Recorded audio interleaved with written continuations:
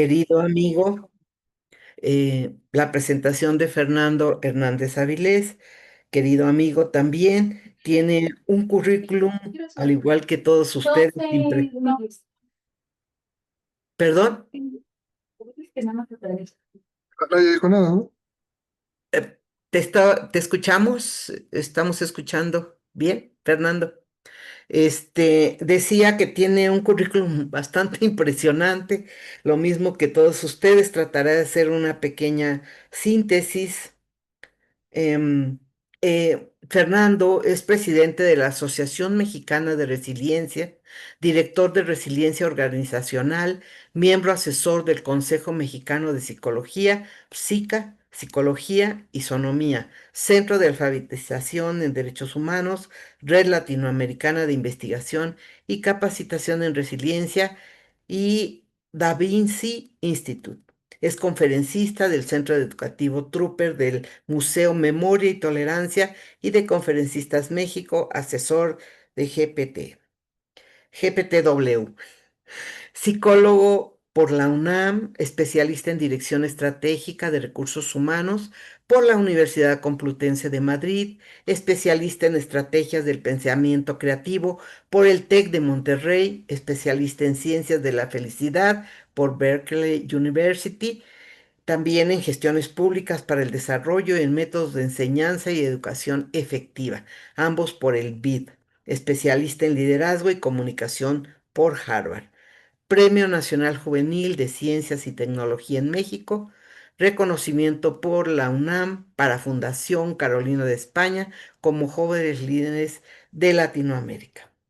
Bueno, la verdad es que ha desarrollado infinidad de programas muy hermosos a los que yo he asistido en temas de desarrollo humano sostenible, alta dirección, gobernanza, psicología del cambio y liderazgo, desarrollo organizacional y social, así como resiliencia para el gobierno federal, estatales y locales, agencias federales e internacionales, así como empresas y organizaciones como el DIF, que en México es una de las más importantes en el cuidado de la familia, el DIF nacional, la ONU, Habitat. Hay muchas otras, Teletón, que es para los niños con discapacidad, las familias, el IMSS, el IMSSTE, que son instituciones de salud pública, la Comisión Federal de Electricidad, la Secretaría de Educación Pública, para los guardias nacionales, para compañías como CESA, Ford, bueno, muchísimo, muchísimo. Ha sido responsable de implementar los programas nacionales de buenos tratos en las familias con el SNDIF, así como el programa permanente de fortalecimiento resiliente para la familia y la escuela. Próximamente están invitados a su congreso que se va a realizar ¿en qué fecha, querido amigo? Ajá, estamos en línea del 17 al 21 de noviembre y el 22 y 23 de noviembre presencial en la Ciudad de México. Están muy invitadas y muy invitados todos. Muchas gracias, te cedemos la palabra. Muchas gracias. La realidad es que muy congratulado de tener el honor de escucharles en toda en la increíble trayectoria que tienen todas mis increíbles antecesoras en este conversatorio, en esta mesa. Y creo que vino bien que me hicieran favor de dejarme al final para compartir justamente una mirada desde lo que nosotros hacemos en términos aplicados.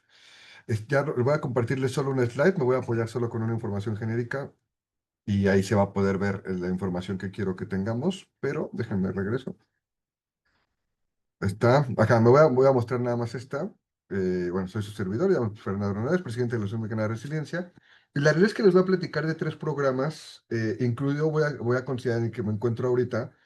Ahorita me encuentro un poco fuera del contexto donde generalmente comparto este tipo de disertaciones con ustedes, porque me están haciendo favor aquí en el Museo de Memoria y Tolerancia, de permitirme platicar con todas y con todos ustedes.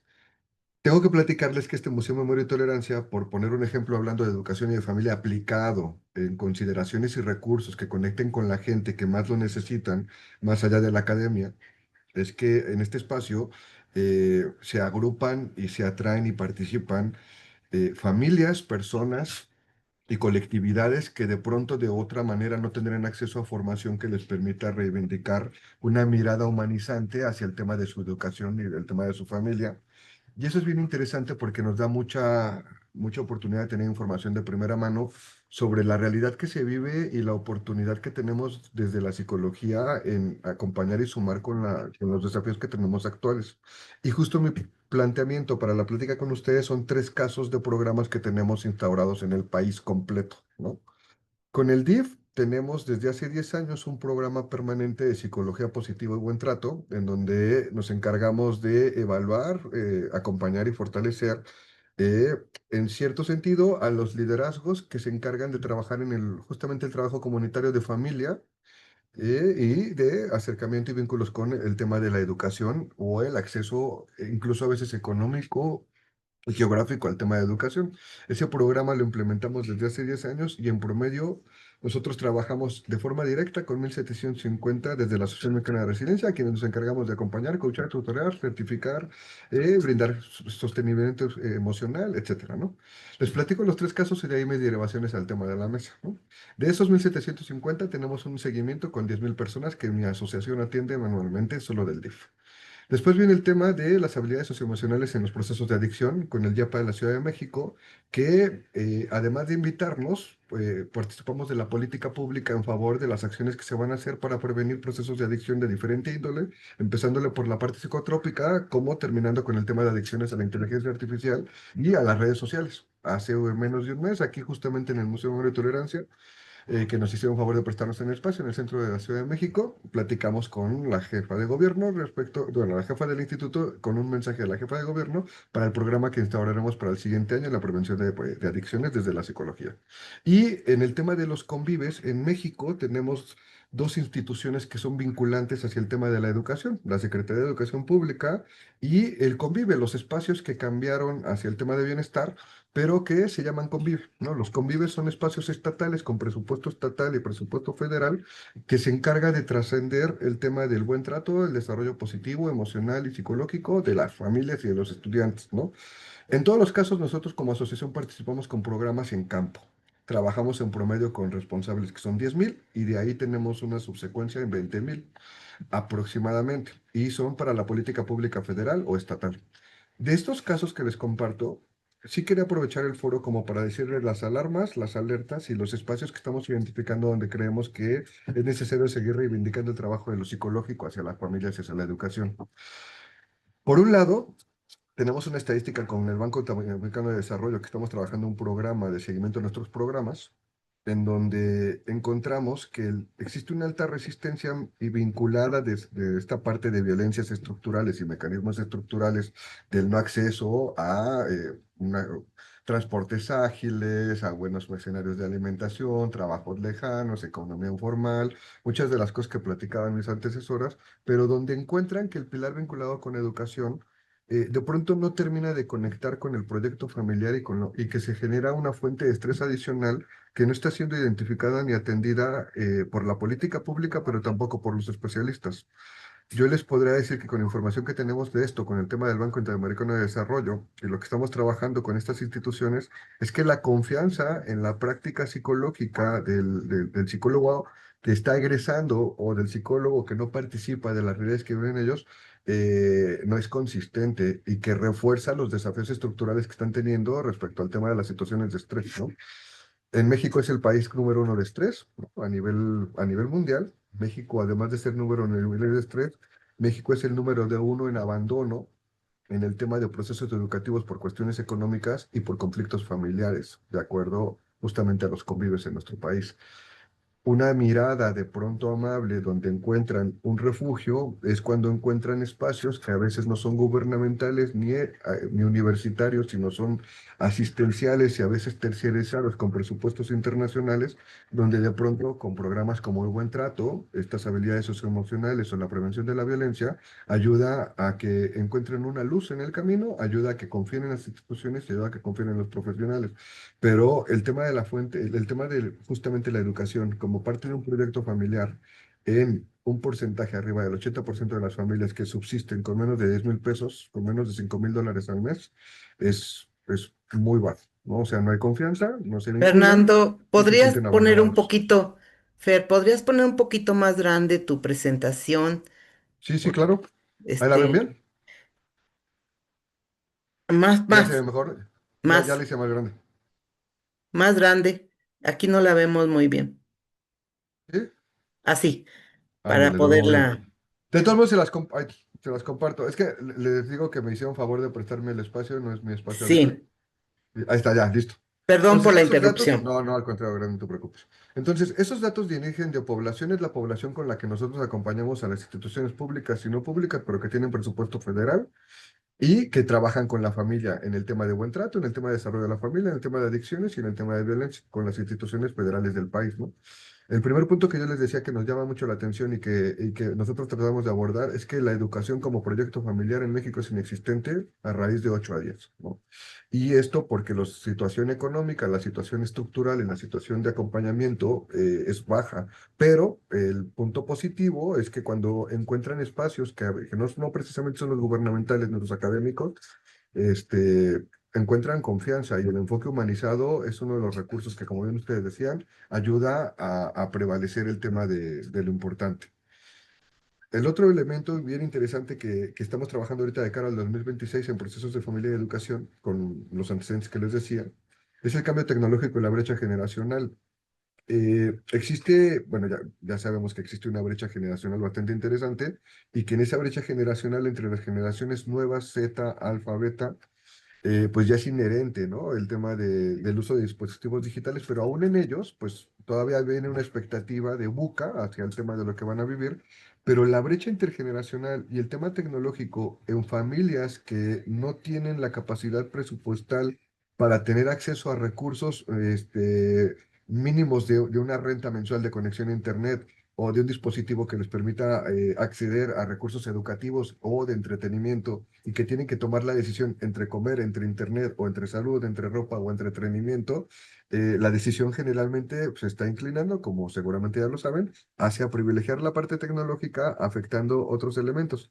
Hay una estadística bien interesante que tiene el BID también, que hemos venido trabajando con el DIF, en donde de pronto en el gasto per cápita en una familia que gana 6,000 pesos, no es el sueldo mínimo en México, pero son, podríamos decir, más o menos unos $300, eh, ganan estos $300 y con eso se tienen que mantener 5 personas. La decisión, por ejemplo, para el tema de transporte, alimento, ropa, salud o procesos de tecnología educativos, pues es inexistente porque encuentran que el tema de lo educativo no va a ser una parte importante para el proyecto familiar.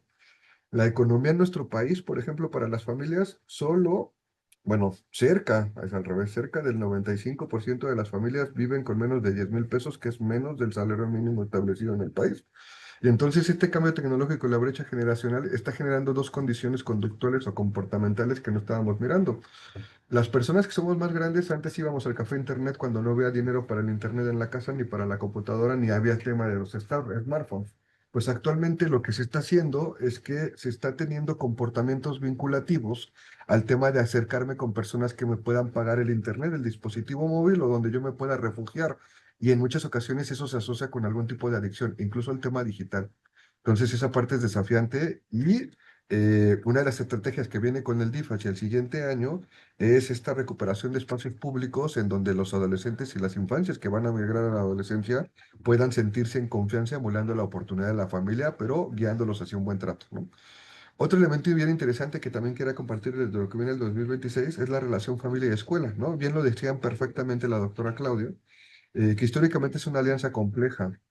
Nosotros en promedio atendemos, como parte de nuestros clientes privados, a los principales colegios que hay en el país, ¿no? En el país y en las, bueno, principalmente en la Ciudad de México, sí, que es en inversión hacia el tema de mecanismos que vengan con el acompañamiento de las familias y al tema de convivir, al tema de la SEP. Y el tema de la relación familia-escuela está siendo demasiado desafiante. Un dato que de pronto no observamos mucho es que también hay una deserción docente que no se había dado antes en los últimos 10 años.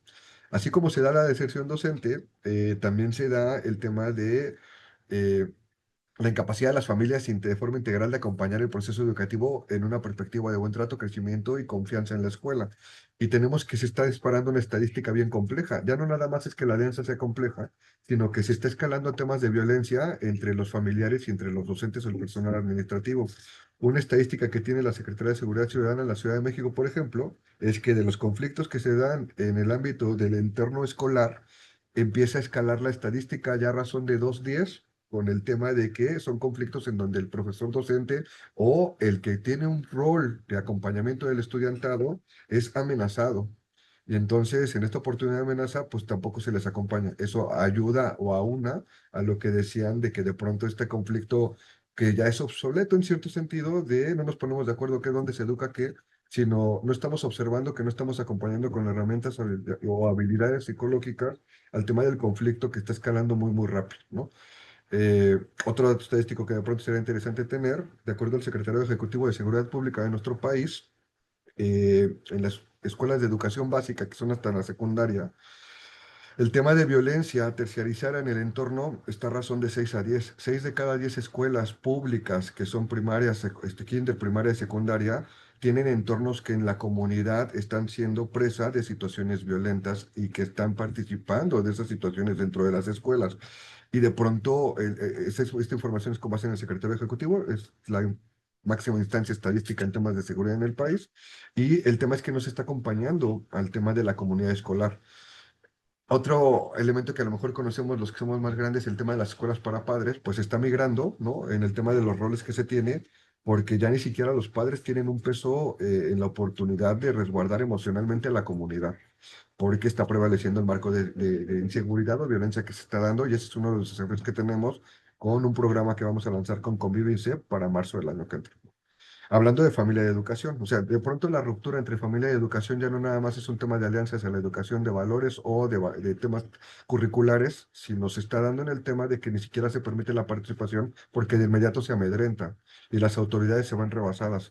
Voy a contarles una historia bien interesante. El Estado de México, que es el estado con mayor población, con mayor densidad poblacional de nuestro país, hay más, además es el lugar que más escuelas básicas existen en el país, en todo el país, tiene desde hace 15 años que han probado el tema del Convive, ¿no?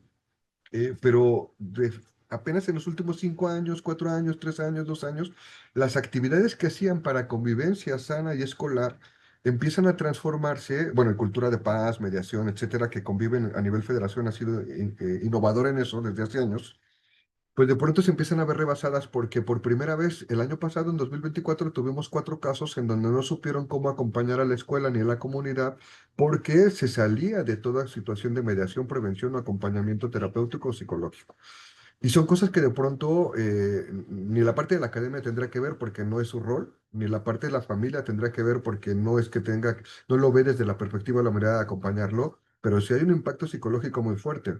Y nosotros tenemos Iztacala, que veo que son de Iztacala algunos, está en Tlalnepantla, pues de pronto en la parte de Tlalnepantla hay escuelas donde están tomando la decisión de suspender ciertos turnos o suspender la escuela y migrar a la población hacia otro lado porque se está viendo rebasada la situación de cómo están reaccionando las familias en el proceso de cómo entenderían o creerían que tendría que ser el acompañamiento educativo de sus hijos. Y ahí definitivamente todo esto suma a que la mirada muy propositiva y humanizada que vemos desde la psicología puede aportar y aporta muchos elementos para que nos ayuden a atender a desafíos que nos están rebasando muy, muy rápido en consideración de los escenarios anteriores, ¿no? El punto 4 de desigualdades estructurales y realidades diversas. Hay unos cambios bien interesantes en el marco de participación estructural de las poblaciones con el tema digital y viene una brecha bien interesante estructural, ya no nada más en el tema de acceso a la educación, sino también de acceso a la digitalización del conocimiento. Y entonces también aquí hay una brecha que comentaba un poco antes, ¿no? O sea, de pronto cuando tengo acceso a recursos digitales, cuando tener acceso a recursos digitales era una forma de educarme, ¿cómo ahora voy a tomar la decisión de que tengo acceso a lo digital para educarme sobre dónde me educo? Y ese es otro desafío bien interesante en el tema de que hay una confusión sobre el tema de futuro a corto, mediano plazo y la planeación de rutas de vida en el corto, mediano plazo ya para estudiantes de bachillerato para arriba, ¿no? El tema de cambio de valores y expectativas que está siendo muy circundante al tema digital actual, ¿no? ¿Qué puntos hemos encontrado se apalancan integralmente en estos programas que están aplicados en política pública con presupuesto federal y local? El enfoque humanizado de los psicólogos y las psicólogas hace la diferencia. Y ahí viene la otra parte compleja, ¿no? El grueso del funcionariado público, aun cuando sean de carrera, no cuentan con habilidades humanizadas de mediación o de acompañamiento para el objeto de estudio que tienen, ¿saben? O sea, de pronto nos encontramos en el tema del DIF, que es la máxima instancia para el desarrollo integral de la familia, que no tienen habilidades de acompañamiento, gestión o humanización de los procesos y situaciones que están viviendo las familias en sí mismo, y nos toca como acompañar esos procesos, ¿no? El tema de una conciencia de la realidad actual está en ocasiones muy desaforada desde la oportunidad de que miran desde la parte que van viviendo en su formación o en su línea instruccional, pero no precisamente de participar con estudios más amplios que solo los inmediatos sobre el trozo de realidad que están participando, ¿no? El abordaje desde la violencia estructural es muy complejo porque eh, ahorita yo no sé si lo sepan, pero a nivel OMS hay una estructura para definir las crisis, partiendo de que de resiliencia, para definir las crisis desde política pública, hay un modelo bien normalizado que se llama BUCA, ¿no? Que sí es muy americanizado, pero que tiene sus particularidades latinizadas, ¿no? Pero actualmente hay un modelo que se llama VICE, que de en cuanto a política pública y presupuesto público, en el cual ya no nada más estamos midiendo volatilidad, incertidumbre, cambio, sino también estamos midiendo impacto, estrés, ansiedad e incapacidad de respuesta social. Eso desde política pública. Y eso es bien interesante porque se está dando una apertura para el tema presupuestal de fondos internacionales, que participamos todos, en la oportunidad de que se mire el tema de lo emocional como una necesidad de atajar desde el presupuesto público. Y el último elemento que yo vincularía es esta parte de procesos de identidad en situaciones y escenarios de vulnerabilidad. eh, es alta el desafío estructural o de violencias estructurales que se viven, esto es, las brechas que ya existían en el acceso a educación, a alimentación, a trabajo, son altas y además empiezan a ser desplazadas por temas de crimen organizado. Y entonces las familias empiezan a jugar un rol comunitario que no precisamente es significante y solidario con la colectividad. Y por ahí nos estamos enfrentando a situaciones donde el tema de buen trato digno y participación ciudadana empieza a ser más complejo porque empieza a instaurarse una respuesta violenta como mecanismo de colectividad en diferentes zonas, no solo, no rurales, urbanas incluso. Y entonces son cosas que definitivamente tienen que abordarse y tratarse desde esta mirada psicológica que construye. Entonces, eso será como un planteamiento general de las posturas, justamente de lo que estamos trabajando ahorita en particularidades y de los desafíos que estamos tratando de procurar acercar desde la parte psicológica a una realidad que parece que nos rebasa demasiado, con justamente los escenarios reales de algunas de las actividades que nosotros hacemos, ¿no? Y quería como tener la oportunidad de compartirlo de la familia tiene un desafío que de pronto no estamos abordando tan rápido como tendría que ser, como estos casos de crimen organizado donde se colectiviza el tema de la respuesta comunitaria que obviamente responde a una violencia estructural y a un aprovechamiento de este tipo de sistemas, pero que está escalando muy rápido. O sea, no es un tema local o geolocal, sino es un tema que se está convirtiendo en un dilema de valores o respuesta psicológica a la situación de incluso de vivienda o de estilo de vida y no nada más económico. Y que estamos abordando desde el tema de la adicción, desde el tema de la violencia escolar y desde el tema del buen trato en la familia. ¿Vale? Entonces, eso sería todo, como voy a dejarlo por ahí. Siempre invitados a los espacios que nosotros participamos y pues encantado de compartir con ustedes. Muchísimas gracias, Fernando Hernández Gracias, Avilés. muchas gracias. eh, Nos presenta un panorama real también, donde la labor del psicólogo se está viendo reflejada, más allá de discursos, más allá de toda una serie de cosas. Creo que Fernando, como líder de su asociación de resiliencia, eh, ha propuesto cosas y ha logrado romper barreras que muchos de nosotros no hemos logrado llegar a los presupuestos y tampoco hemos podido romper barreras políticas y ciertas tendencias. Así que doble felicitación, Fernando, por todo eso. Y creo que Gracias. muchas personas cuando vean esta presentación podrán apreciar todos los esfuerzos desde América Latina, desde Latinoamérica, principalmente desde Brasil, las investigaciones tan minuciosas y bien realizadas como nos presenta Claudia. Definitivamente creo que somos un gran equipo y que comunicarnos como lo estamos haciendo hoy, ¿cuántas personas no conocen todos esos programas tan valiosos? Tenemos unos minutos para conversar entre nosotros. Estamos muy, muy agradecido, estoy muy agradecida por el respeto del tiempo y muchas gracias. Podríamos tener una pequeña conversación, Claudia, Ángela, Fernando, por favor, y después comentar un Sí, poco con claro. las personas que nos acompañaron.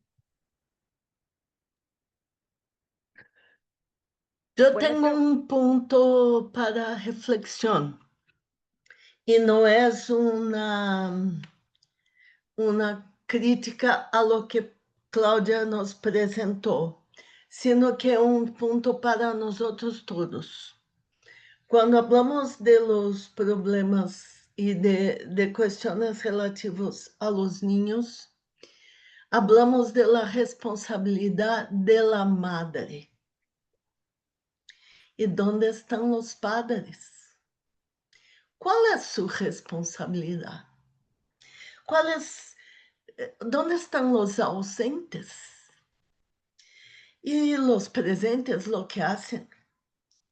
Y los padres culpados, separados, que por su culpa imponen una rutina de relaciones con sus hijos en que creen que si se puede comprar el afecto y disminuir su culpa con cosas con permisividad y que después resulta que el hijo dice a su mamá, no me dejas, pero mi papá sí.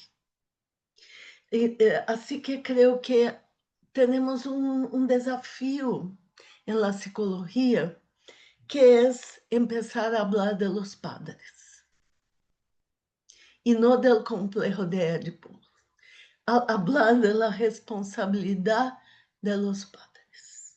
Cuando se quedan o cuando se van, no dejan de ser responsables.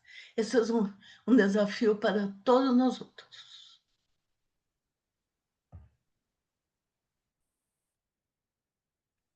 yo creo que sí es muy bueno tu comentario, Ángela, y sí, efectivamente, como psicólogos que trabajamos en las escuelas, buscamos fomentar mayor participación por parte de los que están al cuidado de nuestros adolescentes, ¿no? Hemos, por ejemplo, dado talleres para prevención de adicciones, estamos teniendo una problemática de suicidio y de ideación suicida importante, ¿no? Sin embargo, lo que es real es que la investigación nos ha permitido ver qué es lo que la gente quiere y puede hacer. Y de ahí es muy difícil moverse, ¿no? Por ejemplo, podemos tratar de convencer a la madre de familia que no golpee con todas las estrategias que conocemos, y las madres se contienen, pero hasta cierto grado, porque viven en condiciones de precariedad, en condiciones de abandono, etcétera. Entonces, o por ejemplo, los padres ausentes, ¿no? A que a veces buscamos que se les localice a través de la escuela. Estamos en un ambiente ahorita en donde antes el psicólogo tenía mayor libertad de participación. Antes a nosotros nos daban oportunidad de buscar a los padres, de ir a sus casas, de llamarles por teléfono, etcétera, ¿no? En la actualidad ya no. Las escuelas tienen mucho miedo a las demandas, a las quejas, a las amenazas por parte de los padres, madres principalmente. Entonces, buscar a padres de familia ausentes, pues, por ejemplo, a un niño que llega y dice, yo quiero conocer a mi papá. Y se les ayuda, no en el proceso de búsqueda, pero en el proceso de tener recursos personales que le permitan como hacer una ruta de encuentro, etcétera, ¿no? Y lo que encontramos es que los encuentran, los señores los saludan y no se vuelven a aparecer, ¿no? Entonces, pues podemos hacer como muchas sugerencias acerca de cómo debería de funcionar el acompañamiento afectuoso. Creo que lo que se comentó el día de hoy de un acompañamiento afectuoso, un acompañamiento que le permita al adolescente no sentirse solo, sentirse escuchado, etcétera, pero siempre dentro de los recursos y posibilidades que tienen, no forzarlos, porque, por ejemplo, tenemos adolescentes con madres y padres alcohólicos, ¿no? Entonces, trabajamos muchísimo con la noción de no romper alianzas familiares, ¿no? Sino de con quién cuenta el adolescente para el apoyo que se le va a dar. Y además lo que me ha funcionado muchísimo es que ese es un factor muy importante, que los adolescentes adoran trabajar con psicólogos jóvenes. Eso es algo que tengo que investigar porque se identifican, hay una empatía, hay un conjunto de afectos que pueden compartir. Y yo creo que las escuelas podrían, no sé, en los programas que ahora nos está mencionando Fernando, explotar esa beta. Nosotros como universitarios la estamos explotando y nuestros propios estudiantes llegan preparados y con mucho ánimo para trabajar con los chicos en las posibilidades que tanto la escuela como la familia nos permite. Con las críticas analíticas que podemos hacer después en otros espacios, ¿no? Pero sí, son situaciones, circunstancias complicadas, ¿no? Fernando, Aquí estoy. eh, ¿tienes alguna opinión sobre esta inquietud válida sobre la presencia, ¿no? del padre? ¿Ustedes cómo lo contemplan? ¿Cómo lo No, abordan? no, la doctora Claudia tiene toda la razón, ¿no? Es un tema, bueno, el tema de la doctora Ángela, tengo la fortuna de participar desde muchas perspectivas en apasionarme de la psicología y hacer lo que se pueda para impulsarlo. Y una de esas es que, ahorita estoy hablando yo, pero mucho de lo que hacemos es gracias a mis compañeras. Tenemos unos trabajos impresionantes de perspectiva de género. Les voy a decir, por ejemplo, tenemos un curso bien bonito, les voy a invitar al Museo Monitorial a un curso en línea de matresencia, y creo que con eso les puedo decir mucho, ¿no? O sea, un curso de matresencia sobre el tema de privilegiar esta salud desde la parte neurológica, biológica y espiritual de la mujer, y lo vinculo con la idea de que, claro, en muchas ocasiones existe esta revictimización respecto al rol de lo femenino y lo masculino en esta heteronormalidad que tenemos, ¿no? Definitivamente no, o sea, creo que afortunadamente esta parte de acercar una mirada psicológica amable y humanizante a un tema que siempre ha sido ríspido y complejo, como el tema de los roles y las responsabilidades y los mecanismos de violencia a partir de esos roles, lo que hemos visto nosotros en función de eso es que nosotros podemos acompañar cómo dividir y participar de esos roles, ¿no? Les voy a decir, por ejemplo, un dato bien interesante, es que verdaderamente tengo la fortuna de que participamos en muchas cosas a partir de la institución que yo tengo la oportunidad de dirigir. Nosotros nos encargamos con el gobierno estatal, es un gobierno, es el cuarto gobierno económicamente más grande, bueno, no es el cuarto, es el, si no me equivoco, el segundo, octavo con Michoacán. Con Michoacán, hace 6 años implementamos la primera escuela para hombres generadores de violencia como parte del presupuesto de CONAVIM respecto al tema de los roles, ¿no? De género, ¿no? El tema de prevenir la violencia. Y la verdad es que en esa oportunidad hablamos de estos roles. Con esto lo resumo en la oportunidad de a veces tenemos que encontrar la manera humanizante, ¿no? De utilizar nuestra disciplina, nuestra pasión psicológica en cómo rompemos esa revictimización de discutir los roles y a partir de reviolentarnos para acompañar e invitar pues ahora sí, literalmente a los hombres, o que nos identificamos como tales, en que hay una corresponsabilidad activa. Cuando se hace desde esta parte de psicología humanizante y positiva, existe, por supuesto, que una mayor probabilidad de que incluso el tema emocional de reivindicación y de participación de sus responsabilidades sea alto, ¿no? Porque la estadística en nuestro país es muy alta respecto a los que se van por los cigarros, ¿no? Incluso estando presentes. O sea, hay mucha paternidad ausente que ni siquiera es estacionera ni de dormir. Entonces, por supuesto, yo les digo todo esto porque nuestra postura acá es privilegiar, por supuesto, que siempre esta perspectiva equitativa donde la mujer ha sido victimizada, ¿no? Y que a partir de ahí sumamos donde podemos. Pero lo miramos con esta parte humanizante desde los roles acompañados psicológicamente positivos con los hombres, ¿no?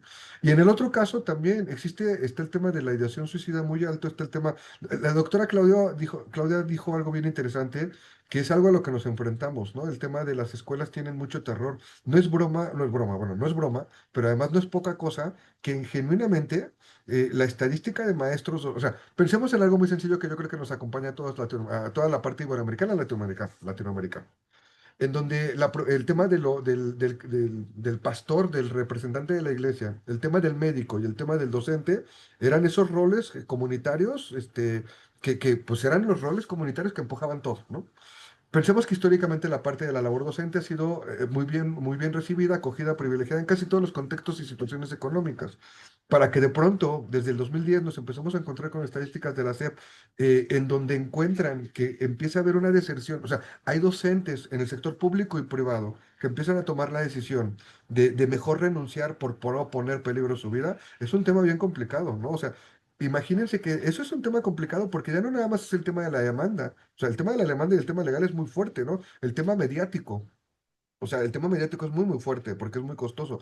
Pero el tema de tu vida es todavía más costoso. Y la estadística es alta, pero también la forma de abordarlo se visibiliza demasiado, pues, porque al final de cuentas está esta parte de cómo se juegan con las cifras y quién las dice, pero cuando estamos acompañando es complicado cuando los maestros y las maestras nos dicen, ¿sabes qué, Fer?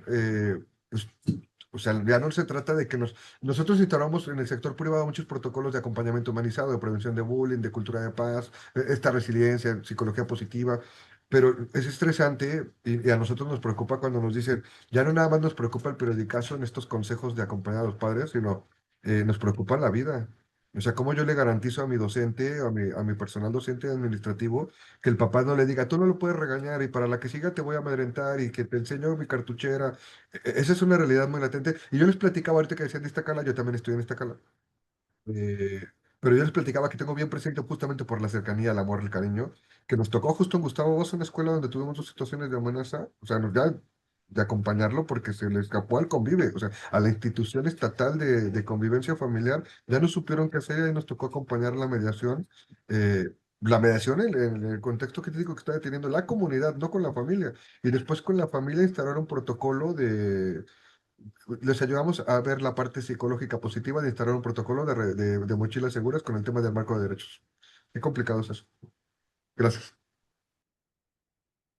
Muy bien, muchas gracias. Creo que tocas algo que se manejó por aquí de manera implícita, pero es precisamente el docente. El docente tiene un sueldo que no es muy alto, tiene que cubrir dos turnos generalmente para sobrevivir. Y cuando llegas a la escuela, yo estuve en trabajo comunitario como 15 o 20 años, llegas a la escuela con tu programa muy bien hecho, a veces la administración, el director te recibe bien, pero los maestros están a la defensiva porque están tan abrumados de lo que deben de hacer, los programas que deben de cumplir, que no pueden reprobar alumnos y aparte su propia vida personal, que no nos reciben a los psicólogos que trabajamos con ellos o en comunidad con los brazos abiertos. Conforme pasa el tiempo y llegan pues, tener cierta amistad con el equipo de psicología, empiezan a mostrar sus propias necesidades. Yo en escuelas donde éramos difícilmente aceptados, terminamos haciendo programas de relaciones de pareja y familiares para los docentes, donde hablaban de toda su problemática. Algunas eran madres solas, otras vivían violencia, otras se transportaban. La Ciudad de México es enorme, el Estado de México es enorme. Las distancias para llegar a un lugar a veces son de 2 horas y con una torta, o sea, mal comidas y con problemas de salud importantes, con hijos con discapacidad, como seres humanos, con todo esto. Entonces creo que sí hay una sobreexigencia sobre los docentes y el miedo es totalmente eh, entendible. Todos estamos con miedo a salir, no comprar un carro muy bonito porque me lo quitan en la esquina. Esa violencia que tenemos es muy grande y también es un tema. No sé si quieran hablar un poco de los profesores. Es igual en Brasil, en Sudamérica, en otros lados. Tenemos unos minutos todavía. La doctora Gloria tenía la mano levantada, mi querida Rosario. Ah, yo. Bueno, yo nada más quiero concluir que para mí en la investigación ha sido muy importante seguir los procesos y las tramas de los conflictos y de las prácticas estando en las escuelas, ¿no? Porque a veces pues uno, por ejemplo, hay un problema de acoso escolar y si estamos ahí y lo vamos siguiendo, nos da oportunidad de identificar las mejores maneras de intervenir, a diferencia de que si tomamos nada más un proyecto, un programa diseñado en otro país, qué sé yo, ¿no? Entonces, y pues para cerrar también la escuela sigue siendo, de los chicos y chicas que se quedan, la escuela sigue siendo un contexto de protección y eso no hay que olvidarlo, ¿no?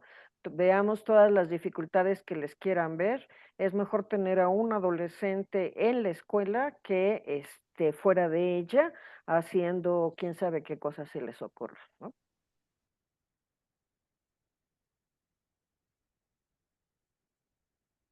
¿Alguien más?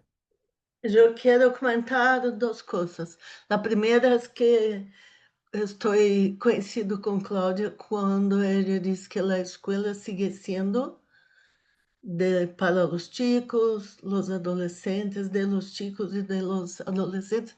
Não podemos olvidar esta coisa. Isto é muito importante. O segundo ponto é que é verdade que temos mais madres que padres cuidando de los hijos. Isso é verdade. E muitas vezes temos que buscar alternativas para encontrar estes padres, mesmo os que estão presentes em las famílias, porque eles não vão à escola. Quem vai são as madres. Então, que há que ter estratégias. Eu conozco uma estratégia desenvolvida em uma cidade próxima de minha cidade, em que se levavam las professoras a conhecer a casa e a família de seus alunos. Elas iam à la casa para conhecer. O projeto se chamava Conhecer para Aprender. E esta foi uma estratégia.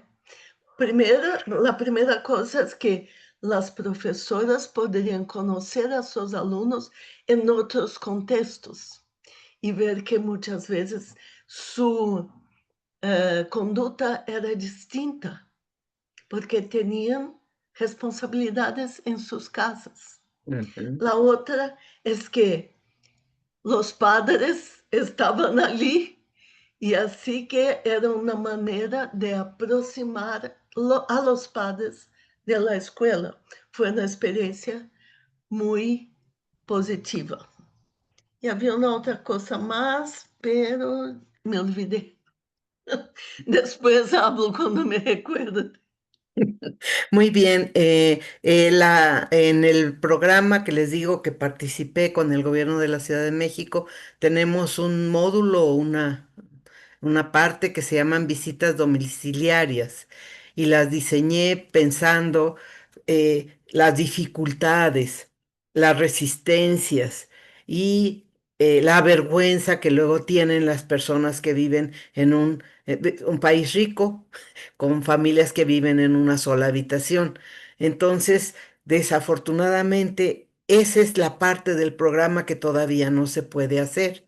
Y hasta ahorita, solo tres, necesito asesoría de Fernando, porque con el cambio de autoridades y todo, solo tres de los manuales están en internet y son 8 y el programa está detenido porque ya no hay presupuesto.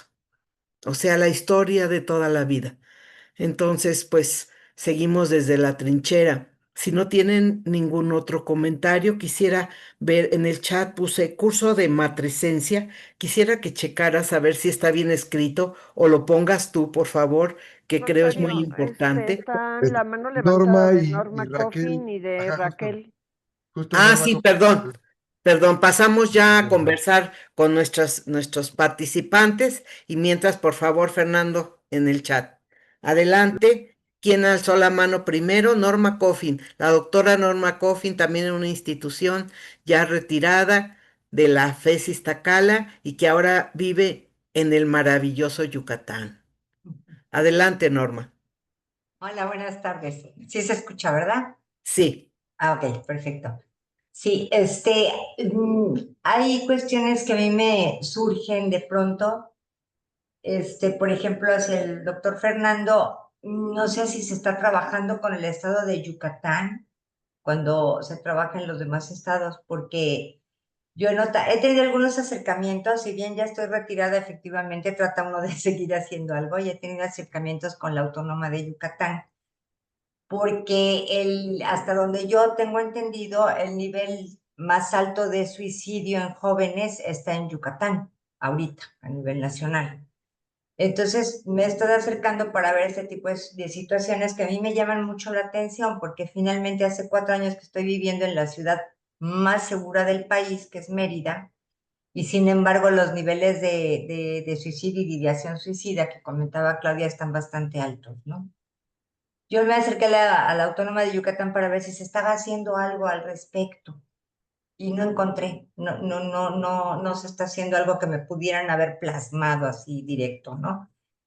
Aquí en Yucatán hay una situación cultural muy importante que realmente hasta que vive uno aquí se da cuenta en el sentido que hay una parte como muy autónoma con respecto al resto del país en cuanto a las cuestiones de rescate cultural, de mantenimiento de la lengua y de costumbres, etcétera, ¿no? Y aún siendo el estado más seguro, ya se están encontrando ahora con un nuevo régimen político que llegó precisamente, se están sacando a la luz una serie de cuestiones que realmente a uno le asustan y dice, pues, ¿dónde está lo seguro de Mérida, no? Porque se están encontrando ya muchas cosas o destapando muchas cosas.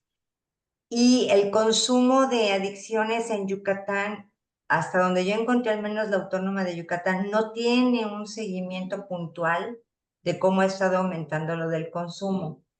Lo que llama la atención es que el consumo, por ejemplo, de alcohol está aumentando mucho en la tercera edad en Yucatán, pero a partir de la gentrificación. O sea, es algo como muy curioso, que no hay datos, ¿eh? Sin embargo, ahí lo que me decían, estamos encontrando que mucha gente que se viene a vivir a Mérida son personas de la tercera edad, retiradas y jubiladas, con demasiado tiempo libre, y que entonces se están reuniendo en grupos importantes, están haciendo lazos importantes, donde se está consumiendo mucho alcohol, por ejemplo, ¿no? Es lo que han notado, aunque no han hecho un estudio por allí. Y no sé si la parte, o sea, escuchando yo también a la doctora Ángela, me doy cuenta que la parte sigue siendo cultural, es decir, generacionalmente volvemos a encontrar lo que hemos estado encontrando en etapas anteriores a estos estudios, ¿no? Donde la educación sigue sin fluctuar hacia situaciones positivas, donde los papás siguen sin estarse incorporando a la educación de los hijos, y donde tenemos además la parte de nueva modalidad de familias, ¿no? Porque ya generalmente no se casan, siguen teniendo hijos, todo este tipo de cuestiones. Y por otro lado, lo que yo he encontrado en alguna literatura es que la modificación de las leyes, al menos lo que yo he encontrado en nuestro país con respecto a ahora la visualización de las mujeres, de la violencia en mujeres, que está más palpable, nos hace ver que muchas mujeres se están separando o no se están casando o están inventando como otra forma de relacionarse con los hijos y con los papás de los hijos, sobre todo que los papás están ausentes, pero también las leyes muchas veces no están permitiendo que el papá se acerque a los hijos aún siendo separados, porque la corte no permite que vayan como padres de familia a preguntar a las escuelas cómo está mi hijo, si están en litigio, por ejemplo, con la custodia, ¿no? Entonces no se le puede dar información al papá aunque sea el padre biológico. Entonces el papá no puede tener acceso a ese hijo. El otro instrumento que se tenía es que la escuela acercara al papá, pero como bien decía la doctora Claudia, bueno, ya no se permite tampoco, ¿no? O sea, porque ya tienen miedo de las demandas y de toda la parte esta. Pero además a mí me parece que la burbuja que envuelve todas estas problemáticas también viene siendo un punto principal para mi punto, para mi opinión, que es la parte ética, ¿sí? La parte ética podría regular perfectamente bien todos estos acercamientos hacia los padres, toda esta parte, bajo qué marco ético, el uso del consentimiento informado, por ejemplo, ¿no? O del asentimiento informado de los menores, en fin. Ese tipo de situaciones yo creo que en algún momento dado tenemos que empezarlas a visualizar como nuevas herramientas de acercamiento donde nos permitan de una manera ética, moral y legal empezar a instrumentar otro tipo de acercamientos, porque si nos ponemos a ver generacionalmente lo que ha pasado en adicciones en adolescentes, en niños, etcétera, seguimos peleándonos con el gobierno, seguimos peleándonos con el dinero, seguimos peleando, o sea, Gracias, Normita. Gracias, ándale, magnífica visión. gracias, Muchas gracias. Nos gracias. quedan unos minutos para escuchar a Raquel y a Fernanda, por favor. Hola, buenas tardes, espero me escuchen bien. Yo Sí, quería comentar varios puntos, principalmente lo que comentaba la doctora Norma, bueno, y lo que comentaba también la doctora Ángela y la profesora Claudia acerca de el papel del padre en la educación, ¿no? Bueno, principalmente me gustaría comentar que en la sociedad mexicana eh, predomina mucho la ausencia paterna. Ya sea que el padre esté ausente o esté presente, no sé, hay mucho este meme de que padre ausente o padre presente deja aún así un trauma, un daño psicológico, ¿no? Porque pese a que estén presentes, tampoco son o son golpeadores, o son alcohólicos, o son adictos, o existe alguna carencia, ¿no? Entonces, como que siempre existe esta deficiencia por parte del padre que no apoya en la vida del hijo, ni emocionalmente, ni en la educación, y a veces en la economía tampoco. Entonces, bueno, yo estuve viendo cifras del INEGI del 2022, en el que presenta que más de 4 millones de hogares son encabezados por las madres y, o sea, están solas prácticamente. Entonces, también existe esto que comentaba la profesora de que las madres tienen que trabajar y aún así se hacen cargo de la escuela de sus hijos. Entonces, también de aquí a mí me surge una pregunta, bueno, más bien ¿cómo le podré decir?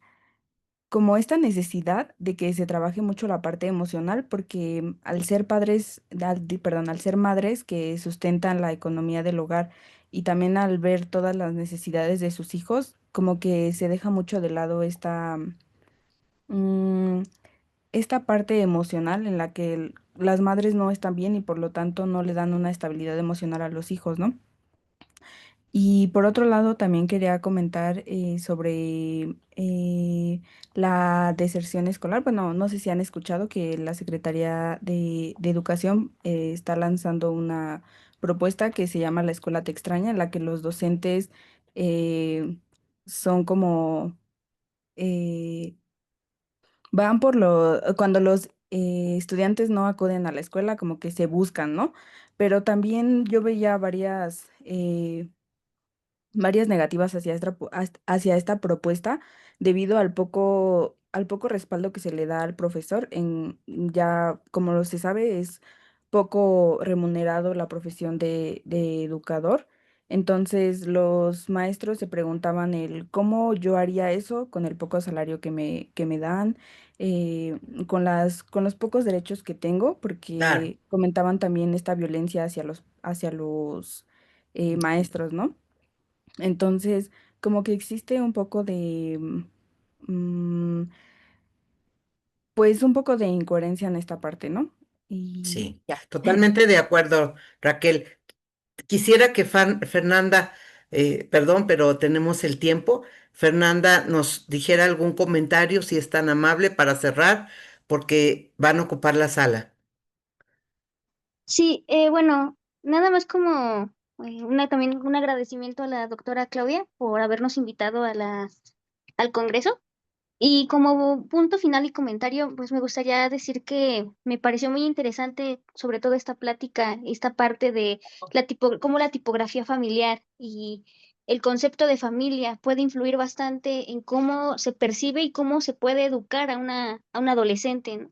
Y cómo influye en este adolescente todos estos aspectos disfuncionales que de pronto puedan llegar a ser disfuncionales dentro de esta familia, ¿no? Sería nada más ese mi comentario. Muy agradecida, Fernanda, muy agradecida también a todas las personas que estuvieron presentes acompañándonos y creo que esto solo es un momento más. Vamos a reunirnos posteriormente para aterrizar todas estas ideas maravillosas de mis colegas. Muy agradecida por su tiempo y por su valiosa información. Saludos a todos y besitos. Muchas gracias. Besos, abraços.